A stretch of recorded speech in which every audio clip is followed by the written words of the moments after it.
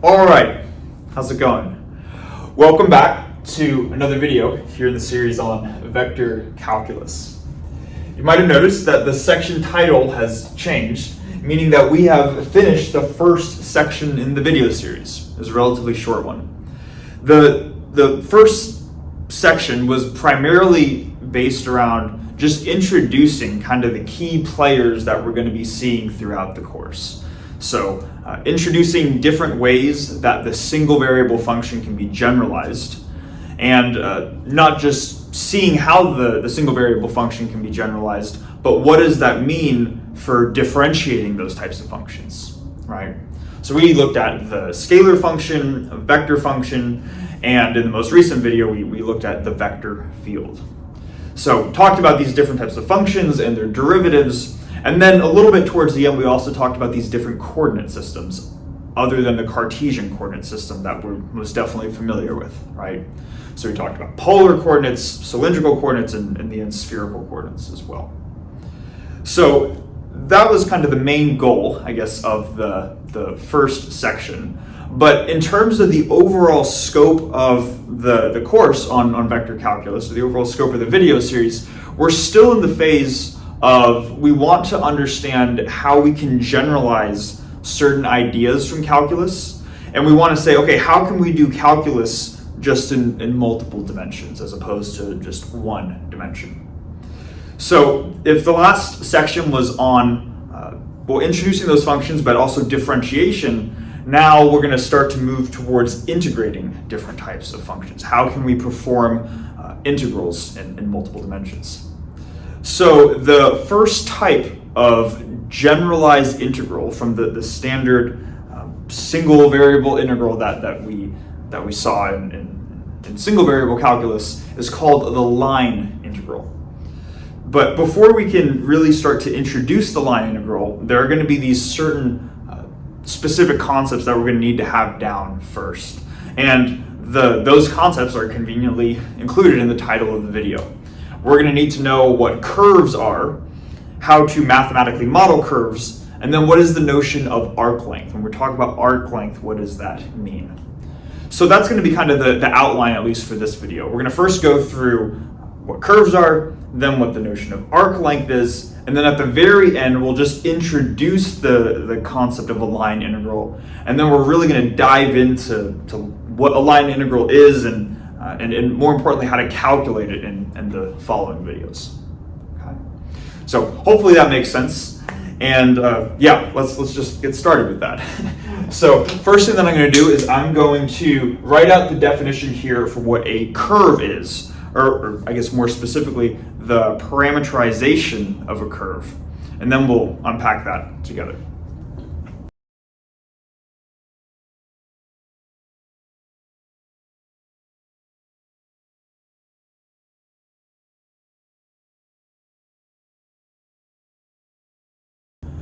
Okay, so we have the definition here for the parameterization of a curve. So let's go through it together. It says here that given a curve C, so that's what we're going to call the curve, given a curve C in Rn, then a parameterization of that curve is a continuous invertible function, which that function we're going to call R, whose domain is a set D, and then R maps from D into Rn. Now, D, if you're asking what D is just going to be a subset of R, and then the image of the function, the image of R is itself going to be C, the curve. Okay. Now, first initial thoughts people might be thinking, well, I thought a curve was just like a little squiggly line, right? What is all of this technical jargon? So what I want to do is just to unpack this and show that this definition really isn't super intimidating once we just understand what each of the pieces mean, okay? But I guess maybe as a first step, I do want to at least confirm, if that's what we're thinking, that a curve is some squiggly thing, that at least that can be a helpful way of gaining a visual intuition for what a curve is. So what I'm going to do right here is, let's just say that I have maybe a box, And this box is going to be Rn. It's n-dimensional space. Now, of course, I can't draw n-dimensional space, but this box is going to represent Rn. Okay? So we got Rn here, and more or less we can think of a curve that looks something like that. Okay? So we have a curve here in Rn. And what we want to do now is let's just go piece by piece through this definition to make sure that we understand it. So let's see here. Let's call this curve C. C. Okay.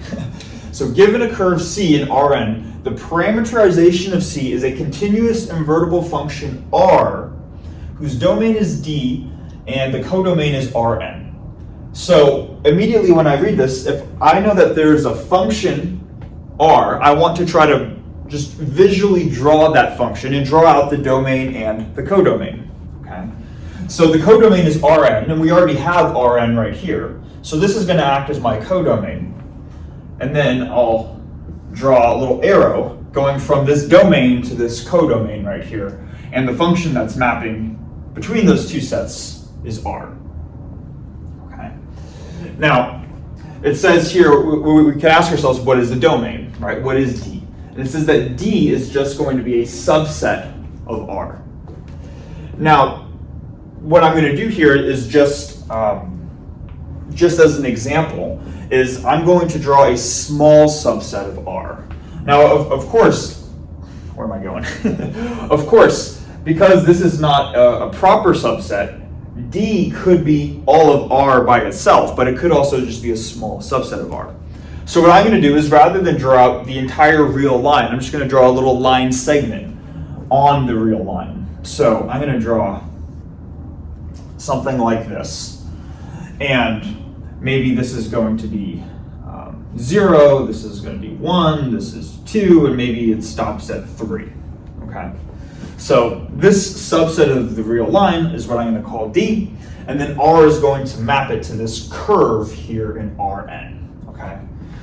So that's what we have so far. It says that D is the domain, and then it says the image of R, the image of this function, is the curve C. So just to remind ourselves, what does it mean to have the image of a function? Well, the image of a function is simply the set of points in the codomain, meaning the set of points in here that got mapped to from the domain. So what this is telling us is that if the image is C, that's telling us that this straight line, this line segment right here, this portion of the real line, R takes this line segment and maps it into this curve, like this. Okay. So maybe to make this a little bit more concrete, let's put some points out over here. After all, that's what we did in the domain, right? We took this small segment and we called this 0, 1, 2, and 3. So now, if this segment of the real line gets mapped to this curve, maybe what we can do then is we can just say that this point right here is where the function R maps 0. This point is where R maps 1. This is where R maps 2. And then maybe up here, this is where R maps 3. Okay. So that's all they're saying a curve is, more or less. Right? So hopefully that makes sense. Now, the one additional point that I want to make beyond just trying to give us this visual example here is let's recognize what we're doing mathematically besides just the visual picture. After all, that was one of the purposes of coming up with these different types of functions in the previous section, is that we can recognize those functions when they come up in these subsequent videos, right? So if we look at our function here, its domain is D, which is a subset of R. And so we can more or less think of this as it's taking in, this function R is taking in a single number, like what we see here, is taking in just the number 0, 1, 2, or 3. And it is spitting out an n-dimensional vector. So we could ask ourselves, okay, what is the function whose domain, or what's a function which takes in a single number and spits out a vector? Well, that is a vector function. And We can kind of confirm that by just seeing that our function r here has a little vector hat over the top of it. All right. Functions which are vector functions are given the little vector symbol. Functions which are scalar functions are not given that little vector symbol. So this is just kind of an interesting concept to be aware of, right? That the way that we can mathematically model a curve is with a vector function. And this is kind of the visualization behind it. Okay. So hopefully that makes sense. Now, what I'm kind of hoping is that we're at the stage of, okay, I can visually understand this picture of how to parameterize a curve, but if I were to provide a problem of let's parameterize this, that part might not be so clear. So what I want to do next is to erase maybe the visuals just because it takes up a big part of the board.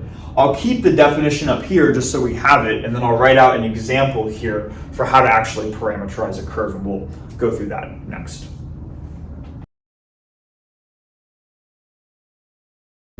Okay, so we have an example here, and this example is just an equation with some conditions. But what we're actually going to try to do here is we're going to try to parameterize the curve, where the curve is the set of points that satisfy this equation with these constraints right here. Okay, and we might be thinking, okay, maybe I conceptually understood what it meant to parameterize a curve, but actually going through a specific example we might feel a bit uneasy with that still. So that's why I wanted to go through this. So the first step in doing these types of problems is before you can parameterize a curve, you need to see what the curve is. You want to see what you're looking at before you can figure out how to parameterize it. Okay? So that's going to be our first step, is just plotting out the set of points that satisfy this equation with these constraints right here. So looking at this, I see that we have three different variables. We see that we have x, y, and then z. So I know that this is going to be a problem in R3. But what we notice is that z equals 3, this is just a condition, and it's a constant condition. Meaning that as long as we set z equals to 3, then we can more or less ignore it for the purpose of just plotting the points, and we can just work in the xy plane. So that's what I'm going to do kind of to start out. I'm going to draw out or sketch an xy plane. An xy plane like this. This is the x-axis, this is the y-axis. And then we're going to work under the assumption that this xy plane exists at z equals 3. Okay. Now, the next thing to do is say, okay, well, what type of geometrical shape gets plotted out when we have this equation?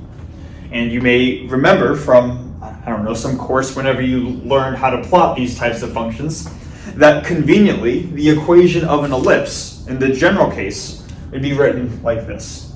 We'd say that the equation of an ellipse is x squared over a squared plus y squared over b squared equals 1.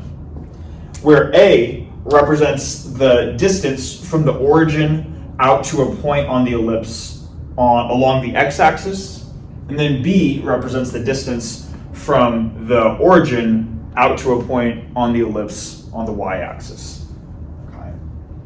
So looking at the specific example, we see that this equation is conveniently very similar to this equation, right? So looking at this, x squared over 4, it's kind of like saying x squared over 2 squared, so we can set a equal to 2. What that means is that on this graph right here, if I just go out 2 points to the x-axis, that means that the x equals 2 point is one of the points contained on the ellipse. Then for the y squared term, this is like saying y squared over 1 squared, meaning that b is equal to 1.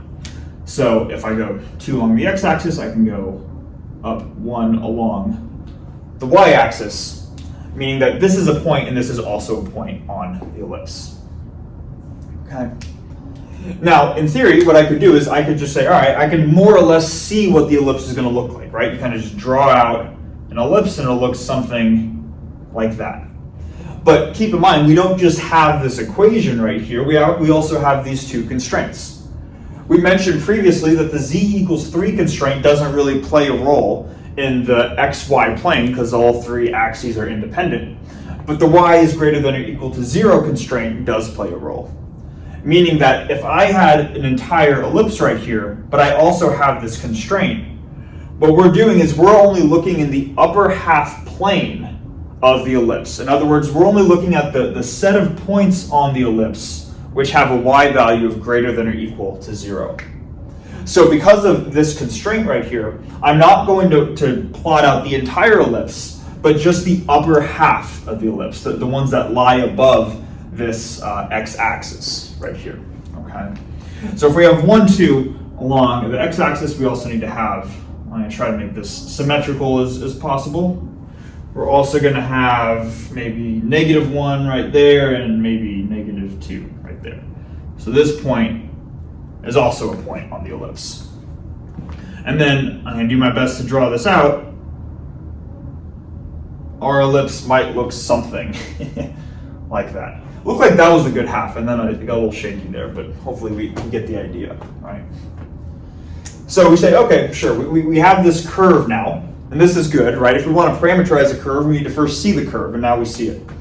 So now the next thing that we should be asking ourselves is, okay, well, how can we parameterize this curve? How can we describe this curve with just a single variable? After all, the domain for a curve is D, which is some set of R. It's not a subset of R2 or R3, it's just R by itself. So we need a single variable to be able to represent every point along this curve. And just because this is kind of the first example, I'm just going to kind of tell you what it is, but hopefully you can make sense of it as well. The common example, or the common parameter that gets used with geometrical objects that either look spherical or elliptical or something like that, is to use an angle, which I can call theta, as my single parameter to describe this curve. So if I draw an angle from the horizontal and I call it theta, I can use that as my single real number to describe each point on the curve. Every point along this curve is going to have a different value of theta.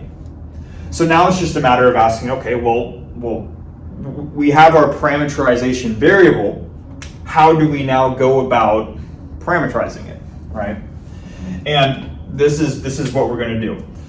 We know in order to parameterize this, parameterizing a curve involves constructing a function r. So we know that we need to have a function r. It's going to take in our parameterization variable, our element from the domain. So it's going to take in theta in this case. And now we see, what does it need to spit out? It needs to spit out an element from Rn, a vector. And because we only have 3 variables, x, y, and z, we're going to set n equal to 3, meaning that r of theta is going to be a 3-dimensional vector. You say, okay, cool. So now it's just a matter of finding what are the x, y, and z components of this vector. And going about doing this is hopefully we've seen this before. This point right here is 2, 0. Another way of writing the point 2, 0 is to say that we have, let's see, what do I want to say? That this point is 2 times cosine of 0, that would be my x coordinate, times 1 times sine of 0. Okay, do we see that? Because cosine of 0 is just 1, so we have 2 times 1 is 2, and then sine of 0 is 0, so we'd have 1 times 0 is 0. Again, the reason for these 2 and 1 coefficients out front is because those were the a and b values specified by the ellipse, or by this equation right here.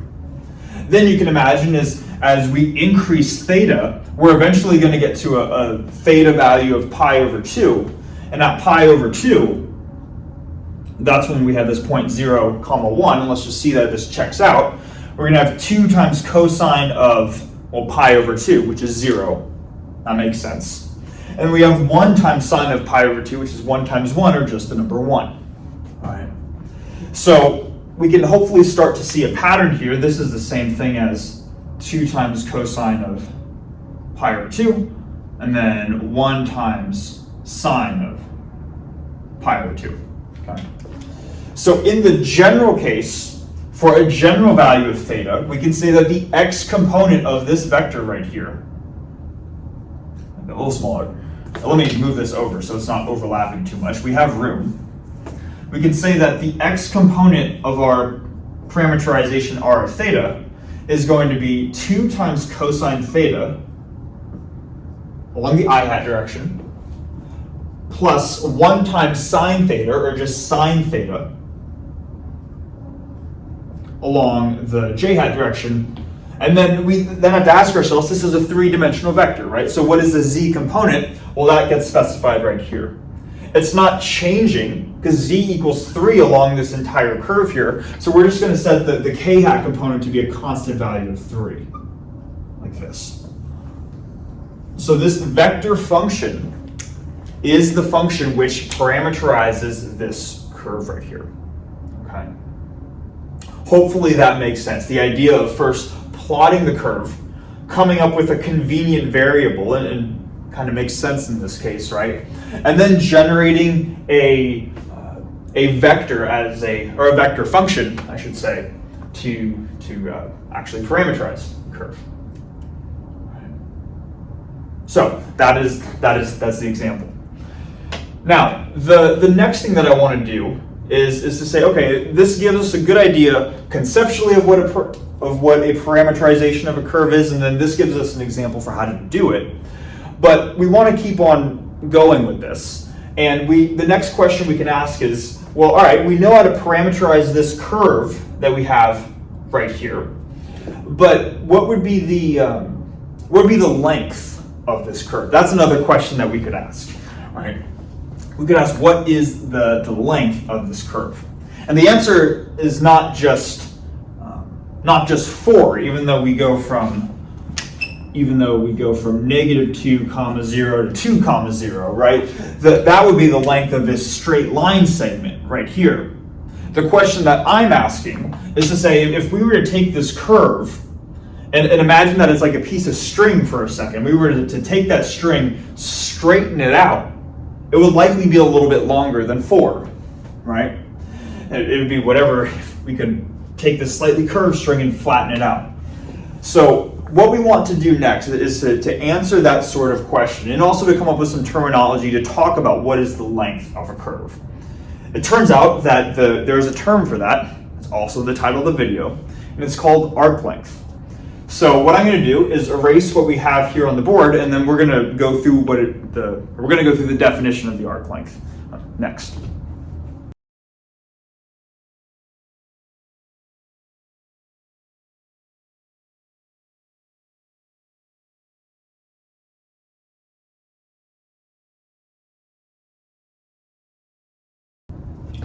All right, so we have the definition here for this thing called arc length. So let's go through it together. It says here that the arc length of a curve, which the common notation for arc length is to denote it with the lowercase letter s, is going to be the distance between 2 points along a section of a curve. Okay, and it's kind of that along a section of a curve that is the important part. So mathematically too, and we'll get to this, but mathematically we can write the definition for arc length like this, where the derivative of s with respect to this quantity u is equal to plus minus the magnitude of the derivative of a vector function r with respect to u, which is plus or minus this quantity. Okay. So just a couple of things to unpack, but first thing is just to reiterate a point that we made from the previous whiteboard. When we are referring to arc length of a curve, we are not referring to just the straight line distance between endpoints of a curve. And let me draw out something to be clear here. So let's say this is the curve that I have C, and this starts at some initial point and then it ends at some endpoint. And while I'm doing this too, let me take some time to just talk about this quantity u here. When we parameterize a curve, the input, well, first, the parameterization of a curve is a vector function, so it takes in a single number as the input. And what we called that parameterization variable in the last example was theta. I remember too in the first video that we made, we were talking about common examples or common physical examples of vector functions like position as a function of time or velocity as a function of time. In that case, time would act as the parameterization variable, or the letter t. But you see how depending on the problem, what you're using as the parameterization variable may differ. And they don't, even though t and theta are some common examples, you could, in theory, parameterize something however you want. There's more than one way to parameterize a curve. We just went through a relatively simple example in the previous whiteboard.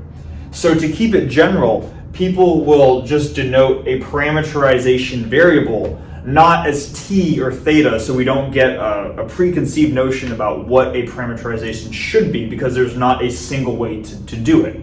So they're using the variable u here to represent whatever variable you're using to parameterize your curve. So this curve here, if it's parameterized, it has a vector function r that might start at some initial value of u, which I'll call ui, and it'll end at some final value of u, which I'll call uf. Okay.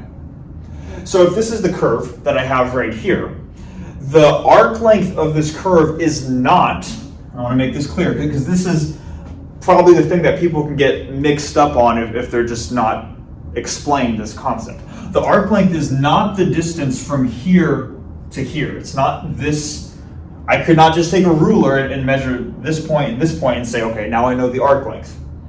The reason why is because this thing is inherently curved, right? What you want to do when conceptualizing the arc length is to say, let's suppose I have this curve here, and it's like a string attached by two endpoints. And I were to take these two endpoints and stretch the string out until it's straight. The arc length would be the length of this curve once it has been straightened out. Okay. So right now, because it's still wobbling, this is not the metric that we can use to measure the arc length of it. We need to extend this curve so that it's a straight line, and then we can measure its quote-unquote length. All right. Conceptually, that is what we are doing with the arc length. Okay. And that's what the arc length represents. If you could draw if you could measure along this curve, that is effectively what you're doing. All right. Now, assuming that makes sense, let's move on to our definition for the arc length. And interestingly, in Dexter's lecture notes, and I think this is good to have in here as the definition for arc length, they actually define, or they introduce arc length as a derivative. So not just arc length s by itself, but the derivative of arc length with respect to u. Okay. Now, I think what I want to do is, before we even get into the derivative sign, let me just comment on the plus minus sign. You can see there are a lot of these little things to unpack, right? So the plus minus sign indicates whether you are moving along a direction of increasing arc length or decreasing arc length. Okay. And here's what I mean by that, because that might be confusing in itself. Especially if we're imagining, well, arc length is just, even though it's the length of this stretched out string, it's still a length. So shouldn't the arc length just be a positive quantity? And we have to keep in mind here that we're not just looking at the arc length s, but we're looking at the derivative of the arc length.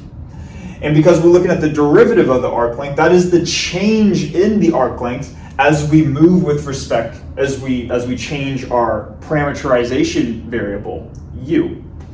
And here's what I mean. Notice that in doing this here, we had a starting variable ui and an ending variable uf. But it's not like, or rather I should say, arc length in general is just a function of u, right? In general, we can write just s of u. We could find the arc length at any point u along this line right here. So let's say that we're interested in quantifying the arc length up until this intermediate point. We want to find s of u at this point, okay?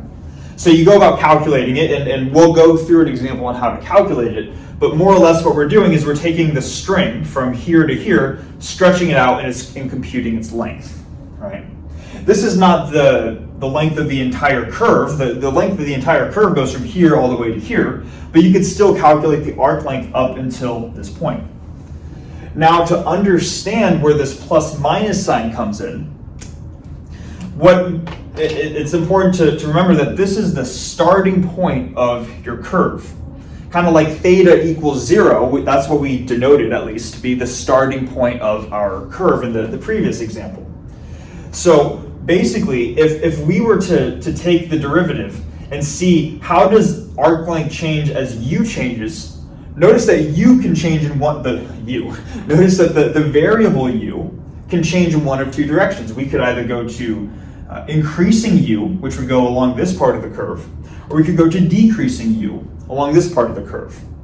If we go to increasing u, as we go along this part of the curve, the overall arc length is increasing. The overall distance from this point out to a further point is increasing. So that would be the circumstance where the derivative ds du is positive. But also you could go along the direction where u is going this way, right? So as u changes going towards this way, now the length of the string is decreasing, going from here maybe only to here, rather than here all the way out to here, right? So if we're changing u going closer to our starting point, that's where the overall length of this string is decreasing, and that's where we have the negative sign, okay? So hopefully that makes sense. That's why this is inherently a plus or minus sign, even though arc length as a concept is a length, so it is a positive definite, or it can't be a negative quantity. Okay, the derivative can still be negative. All right. So hopefully that makes sense. Now, finally, the last thing that I want to talk about, well, actually, look, maybe a couple more things. They're coming to my head as we're doing this here. One of the last things that I want to talk about is what do I want to talk about, actually? I'm thinking here. I just had this in my head. I hate when this happens, when you have an idea in your head and then you lose it temporarily, right? Let's see. So I want to talk about that. Right. Why are we defining the arc length as a derivative as opposed to just s of u by itself? And to understand why, I want to go back to the previous example where we parameterized the upper half of an ellipse, right? And if I remember correctly, we said that r of theta was equal to 2 cosine theta I hat plus sine of theta j hat plus 3, that constant 3, right, k hat. And then I forget if we specified it or not, but if we were starting at the rightmost point along the curve, then we'd say that theta starts at 0 and goes to pi, but it at least exists on the interval from 0 to pi, right? Now, in theory, notice that we're saying that the derivative is just the magnitude of the derivative of r. So we might initially be inclined to say that, okay, well then s is just the magnitude of r, right? If the derivative is equal to this, then the magnitude, then s by itself should just be equal to that. But let's just imagine that if we were to do this, what would that look like in this example right here, right? What would it look like to take the absolute magnitude of this quantity? Well, in order to take the absolute magnitude of the quantity, you need to take each component, you need to square it, sum it up, and then square root it, right? So in this case, r of theta would be equal to, we're going to have the square root, we would have 4 cosine squared of theta plus sine 1 squared times sine squared of theta plus 3 squared, which is the same thing as 4 cosine squared theta plus sine squared theta plus 9, right? So if we look at this here, we notice that the magnitude of this vector is 9 units larger than if we were in the z equals 0 plane. But just imagine for a second, right? If almost, let me draw this. If this is my half ellipse in the z equals 0 plane, you can imagine stretching this out, and it's going to have some length, right? But now imagine that I have the exact same curve. I didn't draw it perfectly. But imagine now I have the exact same curve, and this is in the z equals 3 plane. It's the same curve, so if I stretch it out, if I stretched out this string, it's going to be the same length. But the fact that I have this constant z-intercept, that looks like the magnitude of this, that increases the value of this overall vector. So to fully answer the question, the reason why we define arc length as a derivative is because when we differentiate this vector with respect to whatever our parameterization variable is, that will get rid of this inherent constant value right here that's artificially inflating the length of the curve. The length of this curve should not be any different from the length of this curve, regardless of where it sits at in the z equals 0, regardless of where it sits at in the z equals whatever plane. Just because you go higher up along the z-axis doesn't mean your curve magically gets larger. Okay, it simply means that your position from the origin gets larger. But that's not what we're talking about. We're just talking about the length of the curve, right? So that's why we define it as a derivative. Now, we can say, okay, sure. So I guess it makes sense. We're defining this as a derivative.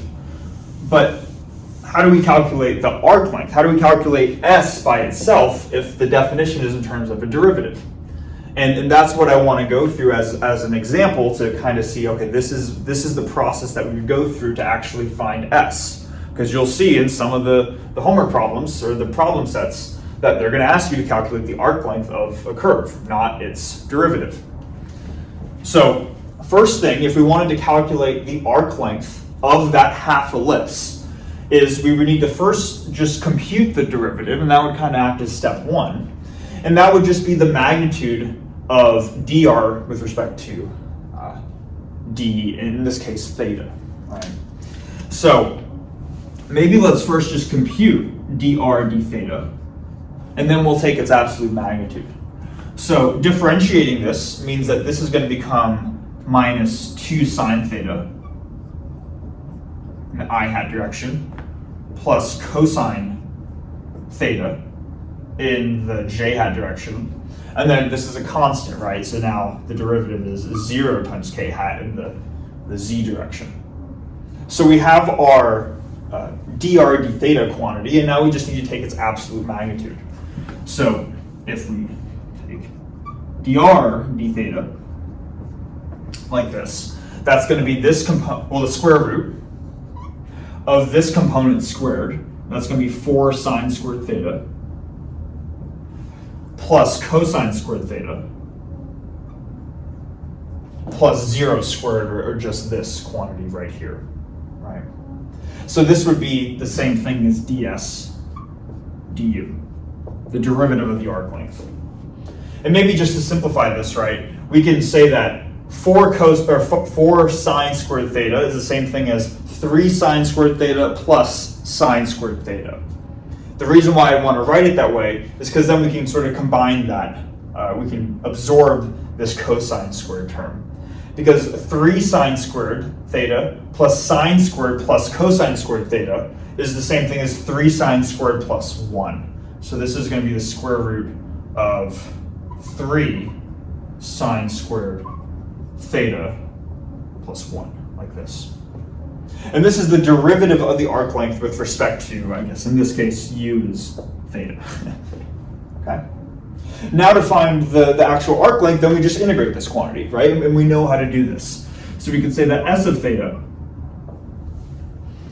So to find the arc length for any value of theta, starting from 0 up to some value theta, I should say, is this integral of just this quantity right here. So we're going to integrate 3 sine squared theta plus 1 with respect to the parameterization variable, which in this case is theta, and the general case it'll be u, right? This variable u here. So this is how we could find the arc length of that curve for any value of theta. If we wanted to find the specific arc length of that half plane curve that we were looking at, we could just denote one of the variables to be, or we could define maybe theta equals 0 to be the starting point, theta equals pi to be the endpoint. But really, no matter what you call the starting point or the ending point, the overall curve has the same associated length, whether you start from left to right or go from right to left. So you should see, and maybe this is a good test to try this sort of machinery here to see that you ultimately get the same answer.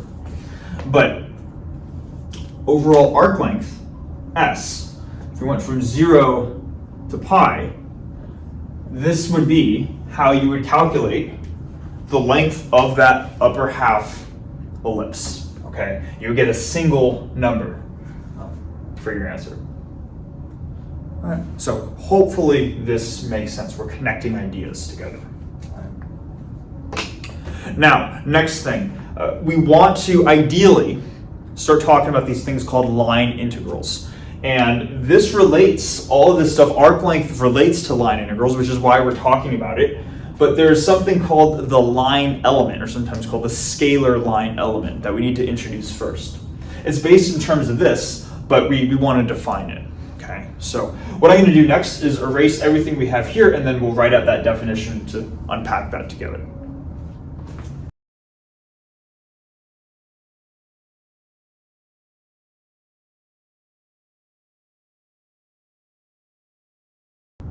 All right, so we have this definition here for this quantity called the line element. So let's go through it together. This is actually nothing new from the previous whiteboard, but it simply states that the scalar line element of a curve C is going to be simply the differential ds. And kind of like how we defined arc length as ds du is plus minus the derivative of the curve parameterization, r prime of u. If we just multiply both sides by a factor of du, we get this differential increment in the arc length ds, and this is what they call the scalar line element. Now it seems like it's not doing anything new, but really we'll understand and appreciate the scalar line element and its role once we introduce the line integral in the next whiteboard or the next time we break. And that's where it'll kind of make sense. Okay. But before we do that, just something that I wanted to mention that I didn't before, or that I kind of alluded to before, but I want to make explicitly clear here, is that there is not just a single way that we can parameterize a curve. And that becomes important for when talking about the line element. So, for example, let's just suppose that we have a curve parameterization. So we have some function r, and one parameterization variable that we use is this general variable u, and then let's just suppose that we have another way of parameterizing this curve through something which we can call a u squiggle. I think this is supposed to be u. I always forget what the actual thing, I think is it tilde? I forget the name. I call it u squiggle. That fits better in my head. Okay. So let's say that we have the same curve parameterization, but we are parameterizing the curve with respect to two different variables. What we could do is we could ask, how can we kind of go from one curve parameterization to another? And the way that we can do this is by looking at the derivative of these curves. So if I were to differentiate dr with respect to du, and then if I were to differentiate r with respect to u squiggle, they're not going to be equal to each other necessarily, but I'm writing the equal sign to say that they are related, but there is some additional factor that needs to get incorporated here in order to make this actually a valid equation. And what we would do is just a simple application of chain rule, where we could imagine if we were to multiply by this factor right here, du squiggle over du, then it's as if the du squiggles cancel out and we're left with dr du on the right-hand side, which is what we have on the left-hand side. So if you want to go from one parameterization to another, this is the means that you would go about doing that. Now, naturally, we might be saying, okay, well, why are we talking about this with line elements? Right? It seems like a slightly unrelated thing. And this has this relates in the sense that line elements simplify a bit when our choice of parameterization variable is the arc length itself. Okay. So here's what I mean. We've been defining a general parameterization variable as u and another one is u squiggle, but we've just introduced a new scalar quantity, lowercase s, and that can describe the length of a curve at any point along the curve, right? So what we could do is we could use the arc length itself to parameterize the curve that we're looking at. So let's just see what happens if we do parameterize our curve with respect to the arc length. And I'll use the scalar line element. This is where we're connecting the dots together. This is how it relates. If I take this equation right here and I have ds du, or let me actually start with r prime of u, okay? If I have dr du, and I isolate for this by just dividing du to the other side, so kind of just referring to the definition of arc length, this is what I would get right here. Dr du is equal to ds du. Now, if we were, ds du, like this. Now, if we were to specifically say, I want my parameterization variable to be the arc length, right? I want my specific value of u to actually be s in itself, right? Let's ask how this equation changes. We see that we change u to s here, and we would do the same thing here, and we get ds over ds, which is simply 1. So this quantity right here, the scalar line element, this factor of plus minus the absolute magnitude of r prime of u simply goes to the number 1 when our parameterization variable is the arc length. So what this is trying to say then, and I think we'll see the importance of this more in the next whiteboard when we actually see where does the scalar line element get introduced in the line integral. But what I'm trying to say and what you should take out of this is that if you're able to use arc length as a parameterization variable, you're able to look at your curve and write it as a function of arc length. That's very useful because that simplifies what your inherent line element is. And the line element ends up getting included in the integrand of the line integral.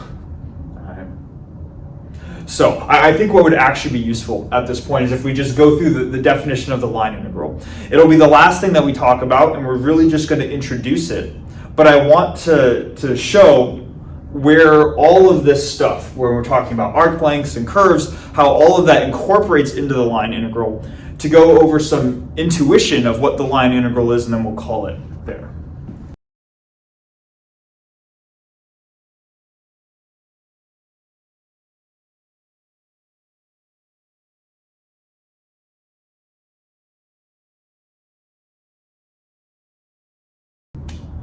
All right, and now we have finally arrived at this definition that we've been kind of building up to now. It is one of the first generalizations of the single variable integral. It is the line integral. So let's go through it together. It says here that the line integral of a smooth vector field f of r along a curve C parameterized by, it has some parameterization, which we're given by r of u, along this direction right here, from r of alpha to r of beta, is given by this expression, okay? So there's a lot going on here, all right, with this definition, admittedly. So again, I don't want to go too much into this. So this video is probably already good to cap right about here, but I just want to introduce it and see how what we've been talking about incorporates into this definition, and then we'll really dive into it in the next video. But let's still unpack this, right? So this isn't this mysterious thing that we're leaving off on. So it first says the line integral of a smooth vector field, f of r. Vector fields have vector inputs and vector outputs, which is why we have vector signs over both of these. The fact that a vector field is smooth, that simply says that you can differentiate that vector field as many times as you need. Take as many derivatives as you want, and the derivative will exist after taking as many derivatives as you want. okay? So it's not like after a certain number of derivatives, there's a point of discontinuity. Now, we're taking the integral of a vector field f of r along a curve, and now this is where we start to see stuff that we're more familiar with from this part of the video. This curve is parameterized by a vector function. The vector function takes in a single input. To keep it general, we're calling that input u. And they're saying along this direction here from r of alpha to r of beta. What that simply is saying is that this is just the notation. They're making it sound more complicated than it needs to be. This is just the notation to say that alpha is your starting point, the starting point of your curve, and beta is the ending point of your curve. The line integral then is given by this expression right here. So before we try to dive into this, I just want to see, or I should rather say, I want us to just see how this generalizes from a single variable integral that we might have seen in single variable calculus. So, or at least the conceptual idea behind it first. So let's just say that we're back in calculus and we're learning how to compute single integrals, and we're given an xy plane, and then we're given some curve y of x, right? Maybe this is a starting value of x, and this is the ending value of x. And if you want to integrate your function y of x, you're more or less just adding up the area under the curve. Right, and it kind of gets introduced by you make little rectangles, and you break this into bins, and then you take the limit as those bins get infinitely small, right? You're taking so that's the basic idea. You're taking this limit of a Riemann sum. So what I want to actually get across, though, is that we can kind of think of this picture of this single variable integral as kind of just a very condensed version of what we're actually trying to do here. With a line integral, it just generalizes because of the number of dimensions that we're working in, and I want us to be able to see that.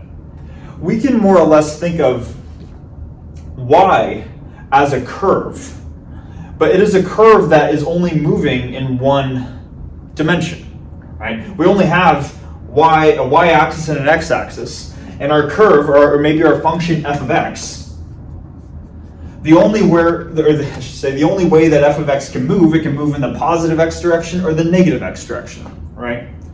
There is inherently no z direction that has been introduced that allows for anything other than movement along the positive or negative x direction.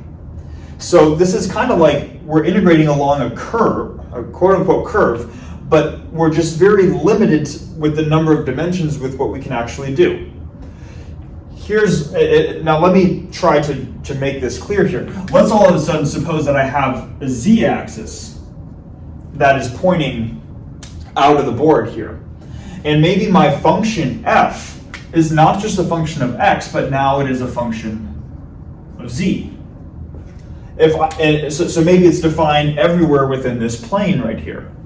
Now, the way in which we add up these little rectangular bins here all of a sudden becomes not so obvious, because we could add up along this direction, but we could also add up bins along the z direction. We could also add up bins along, this is supposed to be kind of a halfway point between the x and z arrows here. We could add up bins along this direction.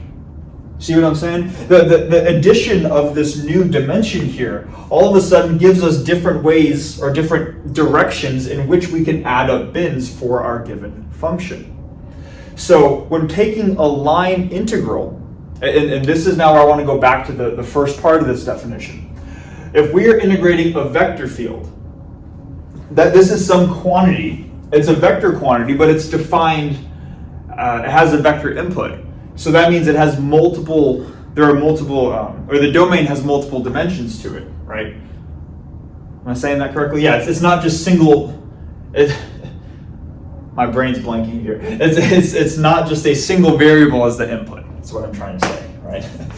So because of that, there are multiple directions multiple avenues along the domain in which we can integrate along. We can integrate along one direction, integrate along another. So what a line integral does is it says that if you're integrating and your domain is inherently or it inherently provides you more than one direction to integrate along. It allows you, this line integral right here, it is a mechanism that allows you to integrate this function, kind of like how we have this function f of x in the single variable case. Now we're just generalizing this. Now we have a vector field, but we have some function and we're integrating it along a specific path. What is that path? Well, that path is the curve. And that's why we started talking about curves. It gives us a specific avenue in which to add up these little rectangular bins along, okay? So that is the generalization, going from this single variable integral to this thing now called the line integral, okay? That's the conceptual idea behind it. And hopefully that makes sense. Now, assuming that does make sense, we're just integrating, we're adding this function up along the specific curve. Assuming that makes sense, I want to now just go through this equation to make sure that we can see that's really all we're doing here, okay? So this is how we're going to denote our line integral. And the first thing that we're going to see before I even get into that is a common notation that gets used in line integrals. Often what you'll see is not a lower bound and an upper bound, like what we're typically used to seeing in single variable calculus. But we just see this thing denoted C for the curve in the lower bound. This is very common notation. We're going to see this throughout the video series, whether we're integrating over curves, surfaces, volumes, whatever it is. That a more compact way of denoting the curve, or whatever we are integrating, or the domain, whatever we're integrating over, is to simply just write out a notation to describe that area of space down here. And it's kind of just a compact way to say, we are integrating this function f of r over the curve. And then we can just leave it at that. This especially comes useful in, as we're going to see in later videos, where we're integrating over volumes. And typically, if you're integrating over an n-dimensional volume, you're going to have n different integrals to integrate over your n different variables. You can just compactly write it as a single integral signed with maybe a v for your volume. So this is just a notation thing, as a more compact way of saying we are integrating the curve, or we are integrating f of r, I should say, our field along this curve, along this path. Okay. So hopefully that makes sense. That's where the notation is coming from. Now, let's move to the actual kind of meat of this thing here, the integrand itself. Notice here that I have a dot in between these two quantities. I have two vector quantities. I have f and I have dr. So the dot product, so this dot is a dot product between these two vectors. Now let's just go back to what we know about dot products. In general, if I have a dot product between two vectors a dot b, the way that we've been taught to conceptualize this is that this quantity provides the magnitude of A along the direction of B, right? That's kind of how we typically get taught to think about dot products. So just relating that now to here, let's think about what that means. What we're saying is we're simply saying, let's take the component of our vector field along a specified direction. Well, what is that direction? It's the direction of the curve. So if we're just taking the points of our vector field along a curve and then we're integrating, we're just adding up components of our vector field as we move along the curve. So that's all this is really saying, right? And hopefully it makes sense. That's naturally what we're doing. Of course we have a dot product here, if that's what a dot product represents, right? So hopefully that makes sense. That's the intuition. If we understand what dot products are, then this is not much different than that single variable integral. It's now just that we're specifying the path because we have to specify a path. We're working in a number of dimensions where that's necessary. We have more than a single option. Okay. So that's what this is saying. And now this is kind of the practical version of this. This is the nice, elegant equation. And you say, okay, that's conceptually what's going on, but how do we actually do that, right? Because how do we add up little vectors and stuff? We can do vector addition, but what does that mean? And it turns out that this is kind of how we would add up a vector field along the path of a curve. We would integrate we would not have this mysterious integral, but we'd have a starting point and an ending point, alpha and beta, and this is the starting point of the curve. This is the ending point of the curve. Now diving into this, what we had right here was f of r. But let's now keep in mind that r, what we've been building up, r is our parameterization of the curve. That's why we've been doing this, right? So now we don't have to just write f of r, but we know that if this is a curve parameterization, it is a function of a single variable, a parameterization variable, u. So we just nest that in there. Now we say f of r, and then r is a function of u. And then we have this quantity over here, dr, and this is where we get to that scalar line element. This component of it right here is the scalar line element that we saw from the previous whiteboard. All right. Instead of dr, it's almost like we have dr du times du. We're doing chain rule right here, right? If this is dr, then we can take dr and rewrite it as dr over du times du, like this. So that's all we're doing, going from here to here with that scalar line element. Now the reason, again, why I mentioned that using the arc length as your parameterization variable is useful, the reason why we like that is because this quantity, if we take the absolute magnitude of the quantity, it just goes to 1, right? So it simplifies the actual technical work of what we have to do. Is it needed? Like, no, you could still compute this, and there's nothing wrong with that, but it's just a nice way to simplify things. Okay. But now getting to the final, I guess, heart of the matter, and then I'll end the video, because I can tell this is probably going on long enough. I get a certain feeling after a while. All right, maybe that's my feeling of being tired, but I feel good about this. All right, the way, and I'll leave it at this, the way that we practically integrate a vector field, add up components of the vector field along a curve, is we parameterize that curve. It's kind of the first step, right? And once we've parameterized that curve, we introduce the scalar line element. And by writing this as a scalar line element, this is now just an integral with a lower bound and an upper bound integrated over a single variable, which happens to be the parameterization variable.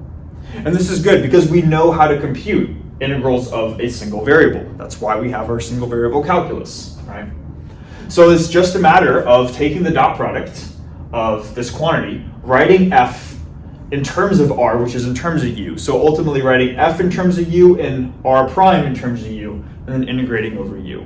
And that is kind of the practical process for doing that, for computing the line integral. Okay. So cool stuff. We're starting to see how sub generalizes in multiple dimensions, but it doesn't need to be significantly more challenging. We just need to understand how the generalization works.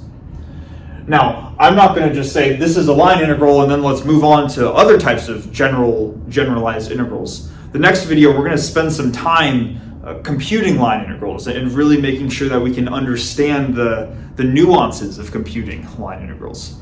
That in itself is kind of interesting. So if the specifics of this don't make sense just yet, or if we're unsure how to apply this just yet, don't worry. That's what the next video is for. Okay. But that's all I have for this video. So thanks so much for watching, and hopefully see you in the next one.